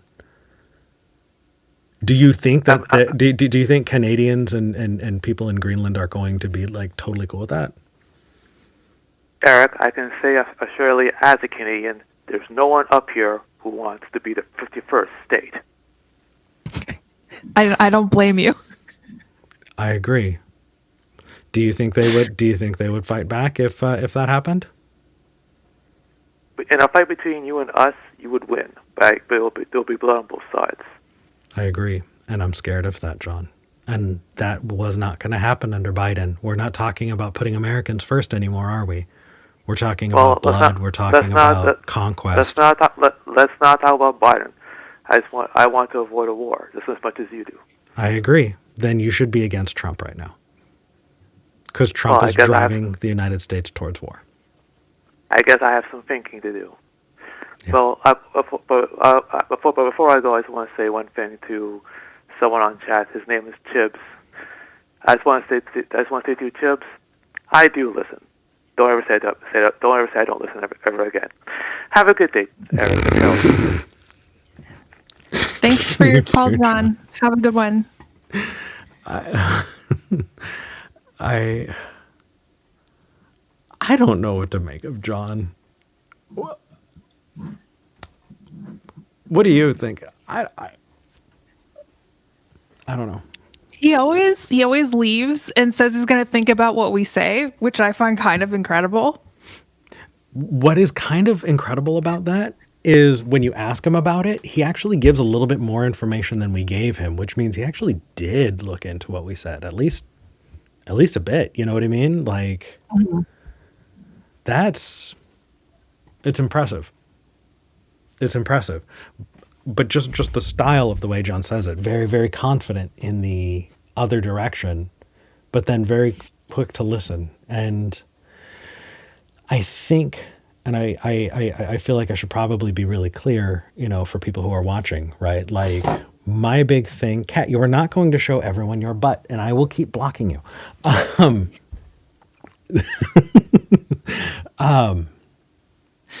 I think that in all of the time that I've been doing YouTube stuff, I have really, really pushed for good epistemic frameworks. You need to have a good toolbox to help you decipher the world around you and have good reasons for believing the things that you believe. And if you don't, then you're going to go wherever the wind blows you. And I think John has a good heart. And I also think that John does not have a great toolbox. And I think John is getting blown around. And I've got to say, if I were John, I would be frazzled. Like, how nerve-wracking would it be to have your views on the world shifting all over the place, like building up and understanding those deeper things that help you sustain and like build an understanding of the world is what's going to anchor you and provide you with that confidence and with that security. And yeah, I feel like John is unmoored, like he's a boat that has been that's no longer on the docks, that's just floating.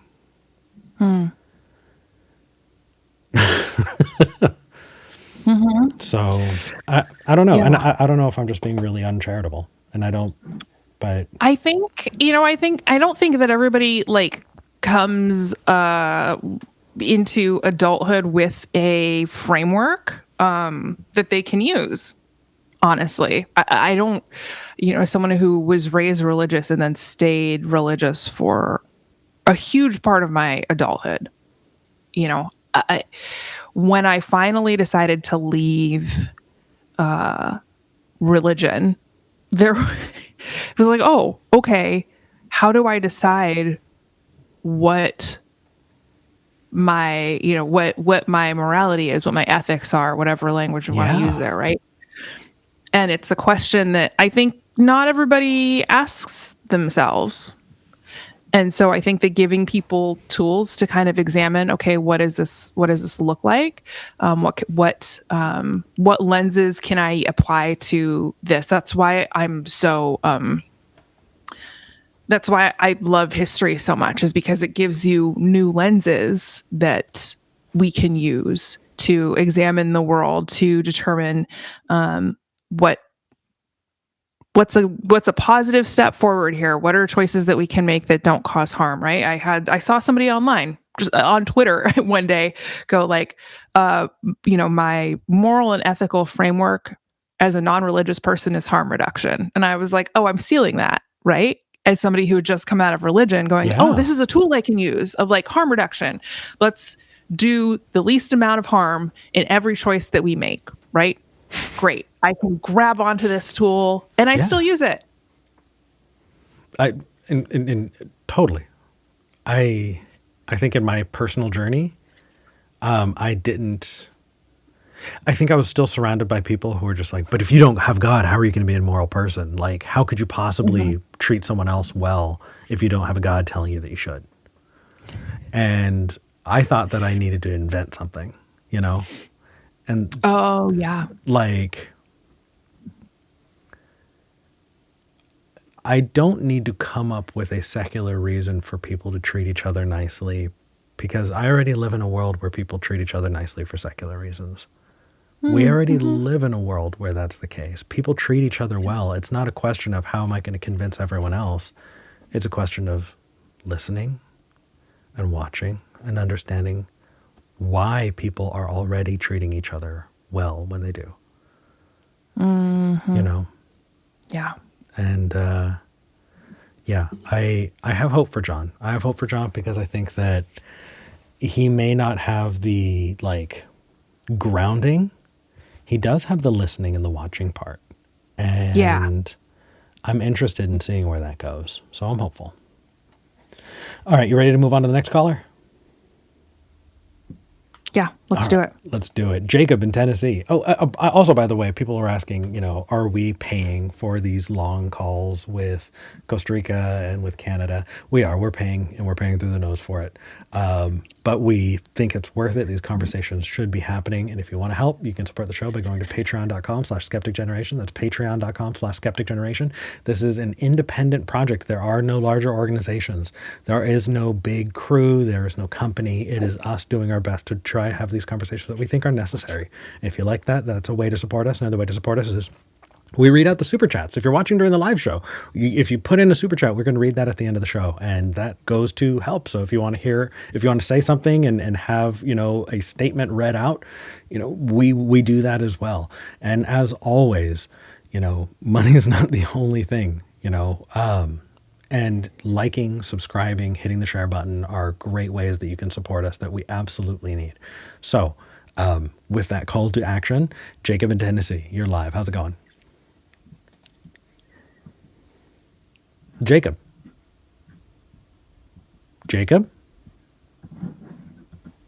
Hey, Jake? See, it kills me because Jacob has been waiting for an hour and 11 minutes for this call. I have to imagine that Jacob could be in the restroom right now and frantically trying to get to the phone or something like that, right? Heating up a microwave burrito.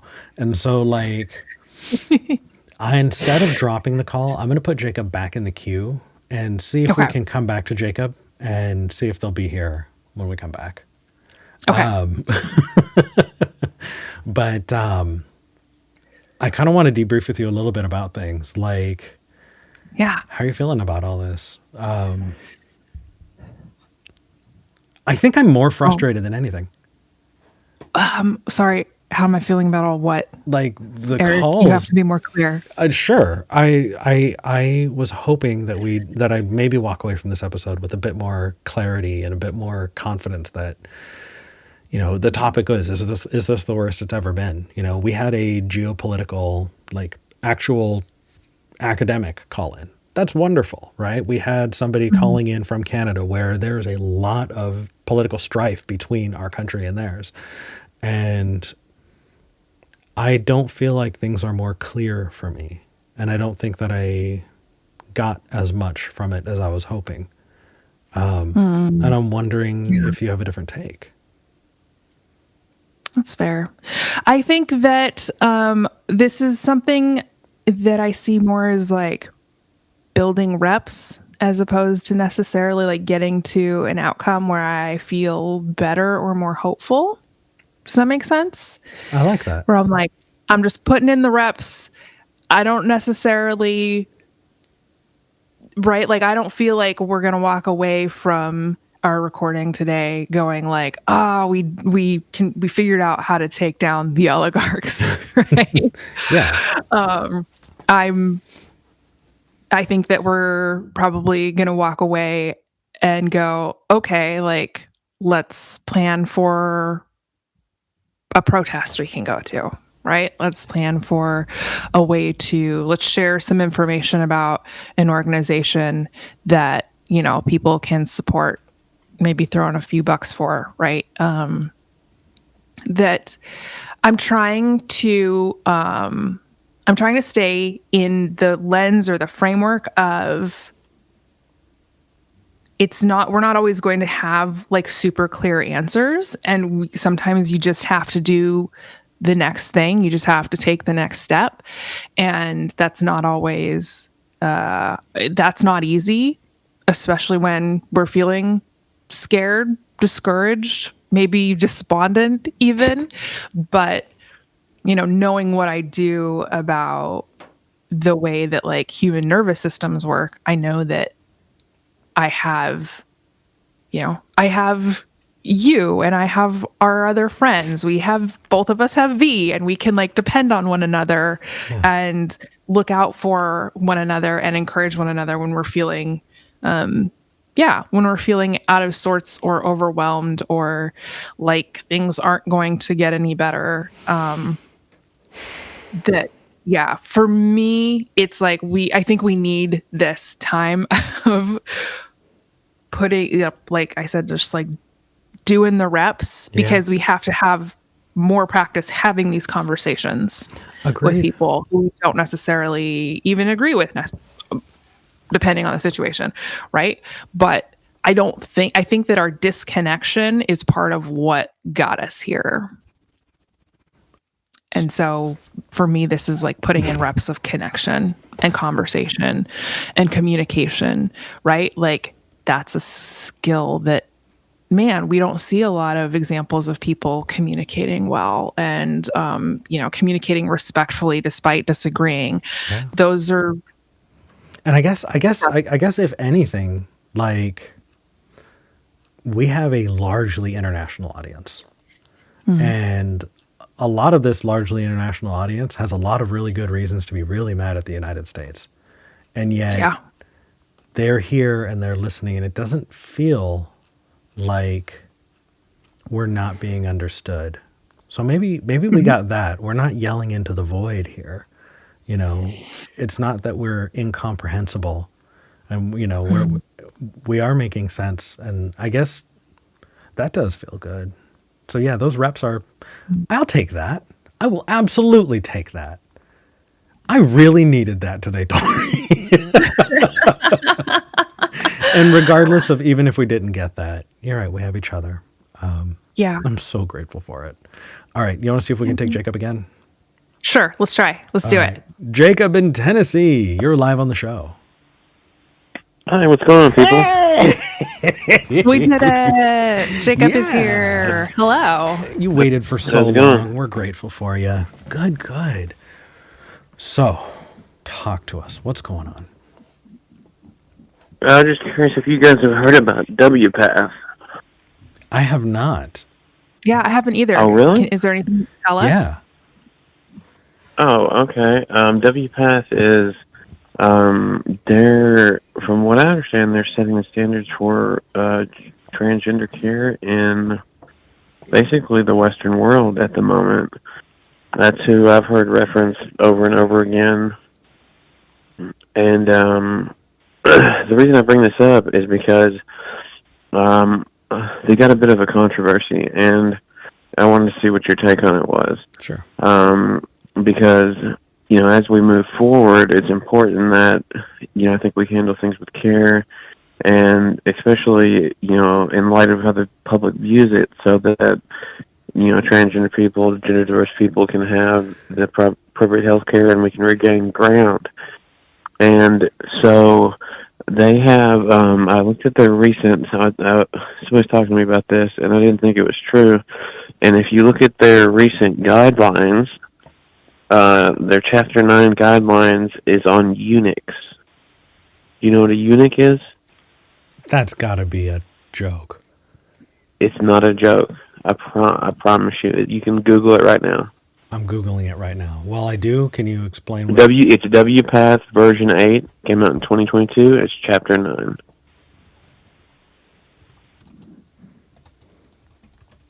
And it's pretty wild. So what is this about, and why is, like, we need a little bit more context. So we're talking about the World Professional Association for Transgender Health. It looks like it's an organization that's been around for about 50 years. So it's been around for a really, really long time. And they have standards and guidelines, and those guidelines are like in-house, or are they trying to use those to dictate how they think that, like, the American Medical Association should be defining transgender issues? I haven't dived that deep into it, but my understanding is that's who basically everybody points to when they talk about transgender care. They point to WPATH. Okay, and so what are they saying about eunuchs? Because, like, I guess eunuchs exist. Are they just recognizing that they exist, or what's... Well, my understanding is that the eunuchs have been gone for about 100 years. So I guess the day that I learned that female genital mutilation is still happening every day is the day that I stopped believing that any of that shit was gone. You know what I mean? Well, I mean, in the Western world, at least. Yeah. So I'm pulling it up, but in the meantime, what are they saying about it? Because, like, talking about eunuchs, I guess, doesn't really. What's hold on just a second. Let me grab my notes. Yeah. Oh, let's see here. Like, I feel like I'm moving into a conversation without any of the, like, really necessary things or context to engage. Well, the point is just that they're the organization that's propped up to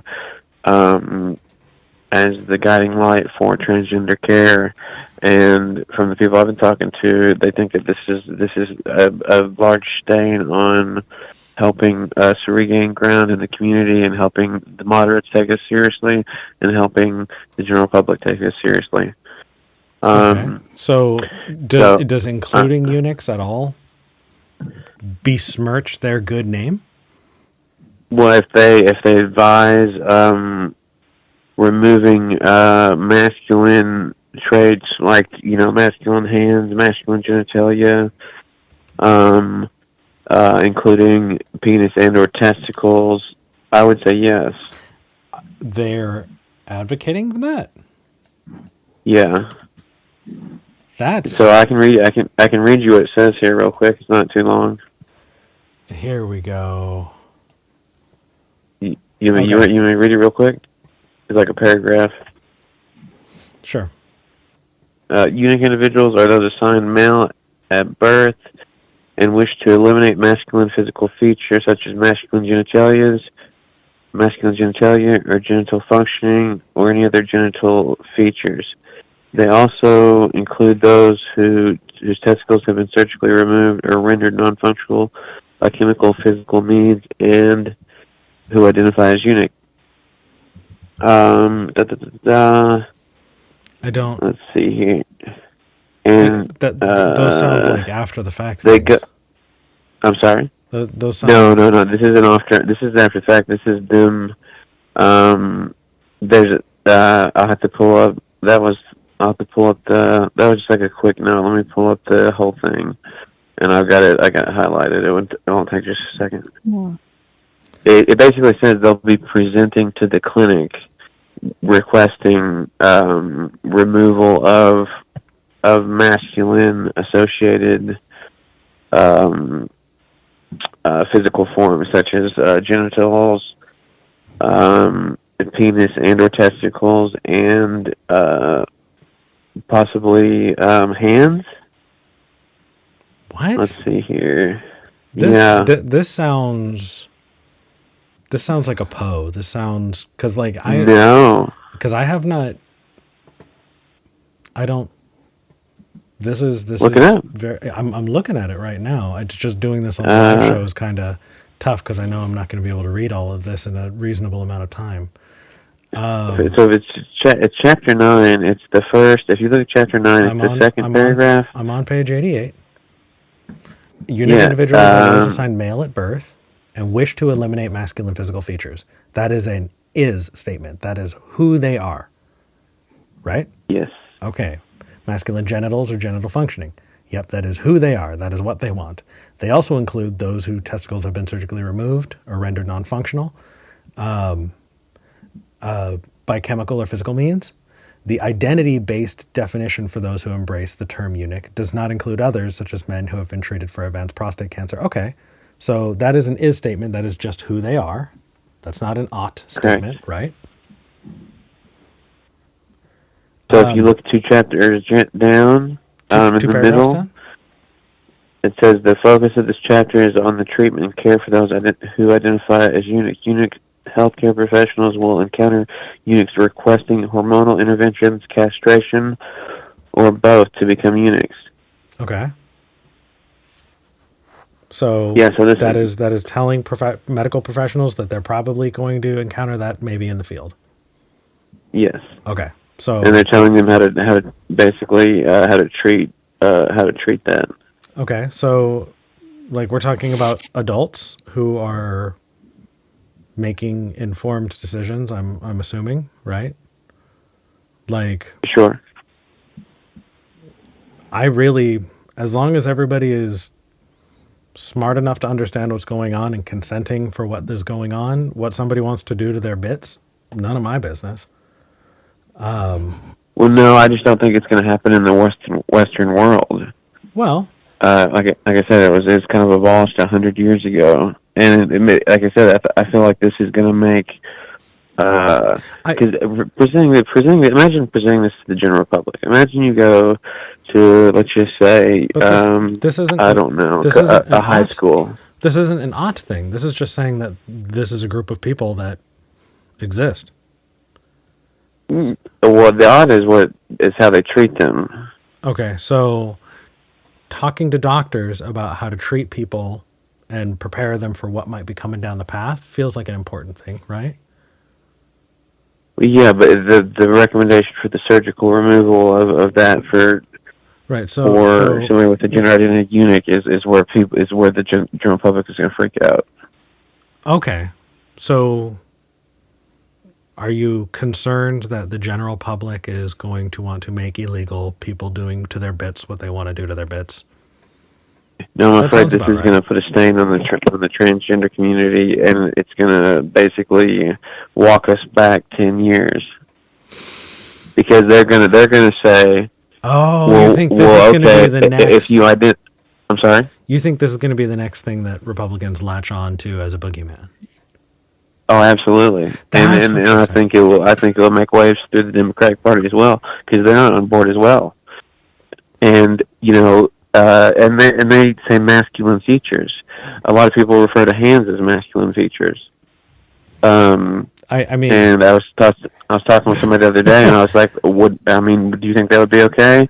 And they're like, yeah, if they want to remove their hands because they consider them masculine, sure. Yeah, no, that feels like a joke. This was a trans individual that I was speaking with. And they were serious. Okay. Yeah, that I would look. I'm not going to call you a liar. If that is an experience you said you had, then that I will grant that is an experience that you said you had. That's fucking weird. Yeah, that's what I'm saying. And also, I don't know. I'm not making any people identifying as eunuchs. If that's a thing that's going on. It could be. And also...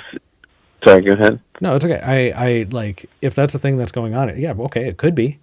But looking at it, it's not a, ought type of thing as much as it is a, hey doctors, here's something that could be coming down the pipe. Here's what their needs are. And yeah, Well, they're kind of recommending it for non-binary people. I've never heard a non-binary person ever want to talk about removing genitals. okay, so They're recommending it? Well, it's a course of treatment. They're saying it can be a course of treatment. okay. Sure. I So mean, I think that's been true for a while. I mean, obviously, the historical context that I'm aware of is that usually people requested this treatment as a religious thing. right, but like let's be super charitable here, right? Let's say that you are non-binary, right? Let's say that the term male, right, or just like when people say oh he him when they're talking about you, always made you feel really like that's really just not me, And they said, oh, so would you rather us treat you like a woman? And you said, no, that's really not me either. I don't fit into really, like, it's not, I'm just not there. Okay, cool. That's a lot of non-binary people I know go, hey, you know what? I'm going to treat gender as a I'm going to pick a little bit of this, a little bit of that, and this is me because this is the most authentic version of me, and I'm going to represent to you the most authentic version of me, and it doesn't really fit in one of those boxes, right? So let's say that person has a very masculine facial features, and they decide that they want to go to get plastic surgery to soften those masculine facial features. Do you have a problem with that? That'd be augmentation. No, I don't have a problem with augmentation. Okay. So what about secondary sex characteristics? Not your bits, but maybe your fat distribution. Maybe the existence of No, breasts. that's Or augmentation. I don't have a problem with augmentations. Okay. So you have a problem. You're just talking about bottom surgery? Yeah, I think it sounds a little crazy. Because like you were saying, they're presenting to the world, and as we've all heard before, you can't guess what's in somebody's pants. No, yeah, you're not walking around like, I hope, John, you're not walking down the street with your dick out. So, well, you can kind of tell what's in my pants. That's good for you, That's John. Joke. That's a joke. That's a joke. Don't you hate when you no, don't you hate when you think it's going to be funny and you say it and you go, oh, that didn't land well? I thought it was kind of funny, though. Yeah. So it worked for me. Didn't. So, but like, you're not publicly doing a thing there, right? Like, so I don't know. I don't know how or where to engage here. What do you think, Tori? Do you have thoughts? I mean, I would have to put a little bit of thought into this, but it does seem like they did a lot of research on the fact that this actually does, and documented research on the fact that there does seem to be a very large community online. I mean, large being relative, I suppose, of people who are at least interested in learning a lot more about castration, and that there are websites they're directed. They're documenting websites where people are sharing how to perform things like self-castration.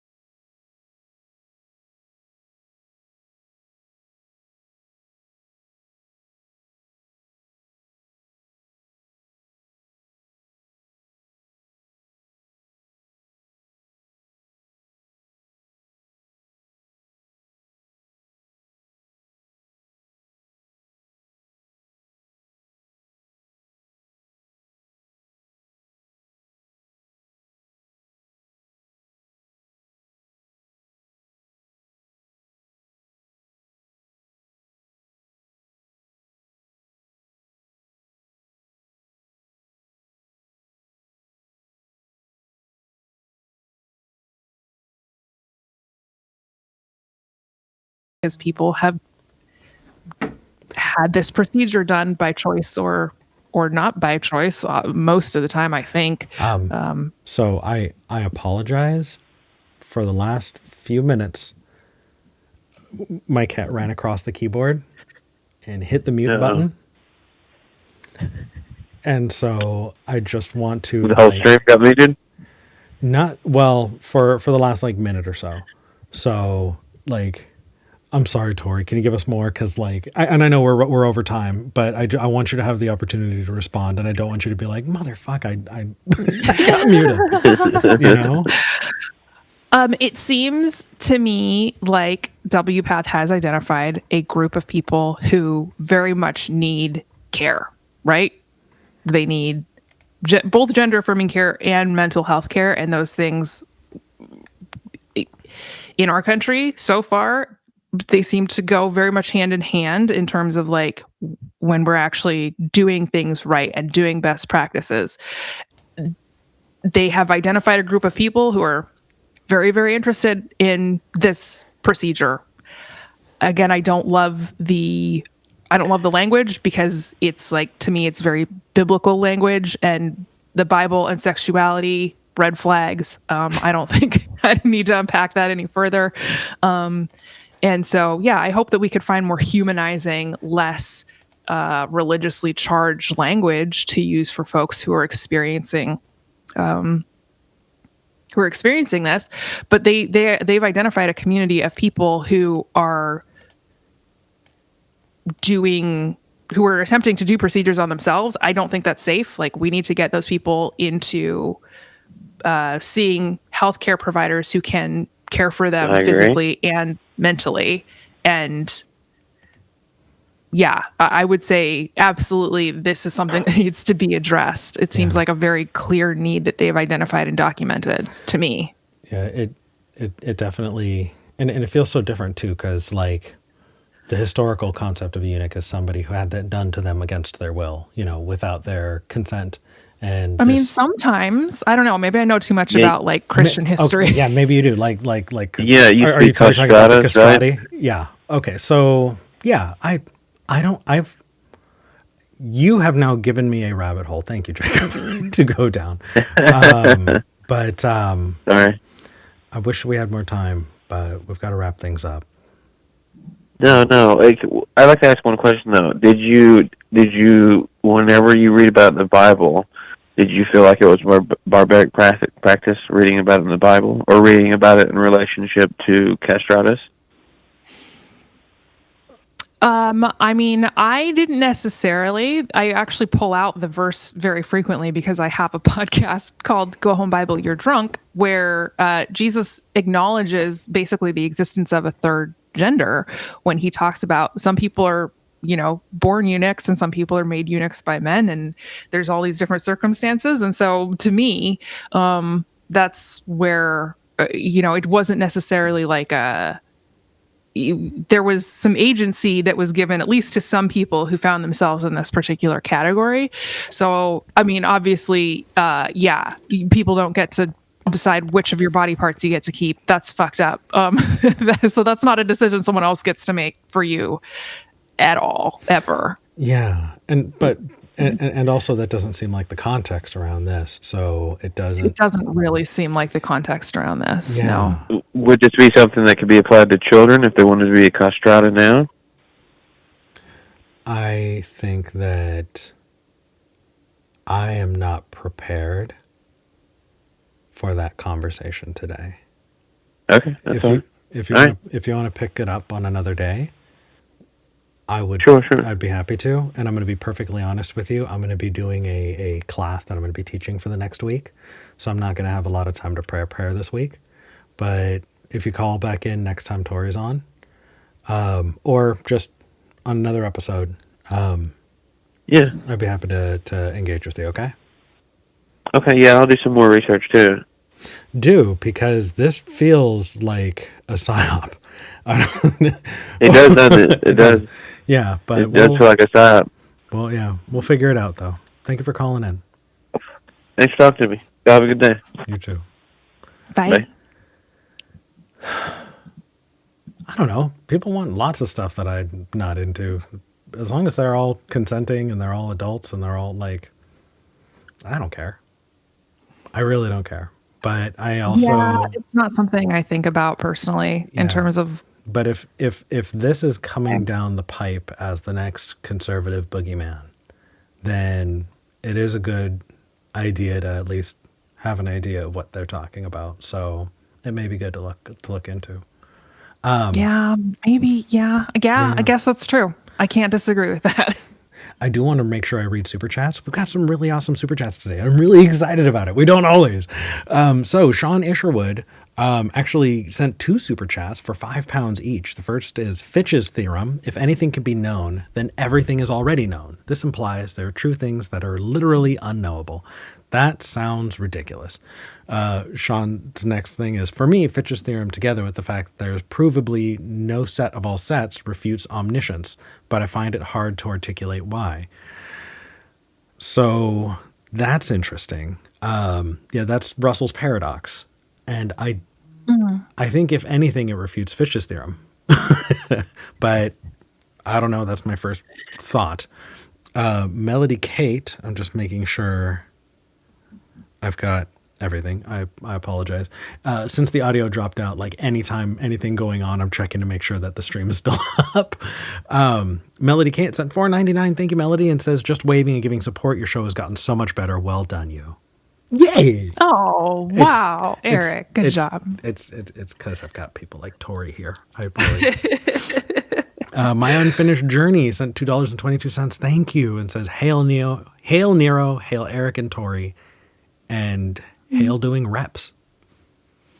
Hell yeah. I love that. Just the continued support. Thank you. John Klein sent $20. Thank you, John, and says, take that, who is Athiopagan. Oh, there's a competition. Athiopagan responded by sending a $50 super chat and saying, John Klein got nothing. I fully support this competition. Y'all are the sweetest. Beautiful. Y'all are the sweetest. So I do have a class that I'm going to be teaching right after this. So I'm going to need to roll. I'm not going to be able to do a super chat or an after show today. But thank you all for joining. Tori, how can people find you? Right now I have 2 podcasts, Go Home Bible You're Drunk, that I do with Justin Gentry. It's an ex-evangelical podcast, and we go through and talk about the Bible. Eric was on this week's episode, so if you're going to listen to one episode, come check that one out. Yes. Came out this week. I need to put the link in the description. Yeah, do that. Well, and then I have another podcast called White Homework, which is about anti-racism and collective liberation that I do with Benjamin Fay. And we had, this week we had Kat Calvin on, and she was talking about what I brought up in our conversation earlier, the millions of people in this country who do not have ID, and because of that cannot vote, but also can't get jobs or housing on their own. And basically a group of people that we have decided, don't deserve just basic human rights or self-determination. So it actually ended up being an incredibly hopeful conversation. And I think maybe, Eric, what you were wanting from today's conversation was what Benji and I were talking to Kat about, of like this really hopeful, here's some next steps, here are things we can do, here are some things we can look forward to. We can actually change things. It was incredibly empowering. And then I'm on Blue Sky, toryglass.bsky.social, if you want to find me over there. Yay. I just grabbed it. All the links are in the description. Here's actually Go Home Bible Drunk. I probably misspelled that, but I just updated live the description to have a link to the podcast as well. So check it out. Leave reviews. Let's get that. God damn, Kat, you are just so interested in showing your butt. Mwah. Hey, exhibitionist. I relate. Right? Hey, everybody. Thank you so much for joining, Tori. Thank you so much for being here. Yeah. Much love. Until next week, I'm Eric Murphy. I'm Tori Williams Douglas. This is Skeptic Generation. I'm glad we had this talk.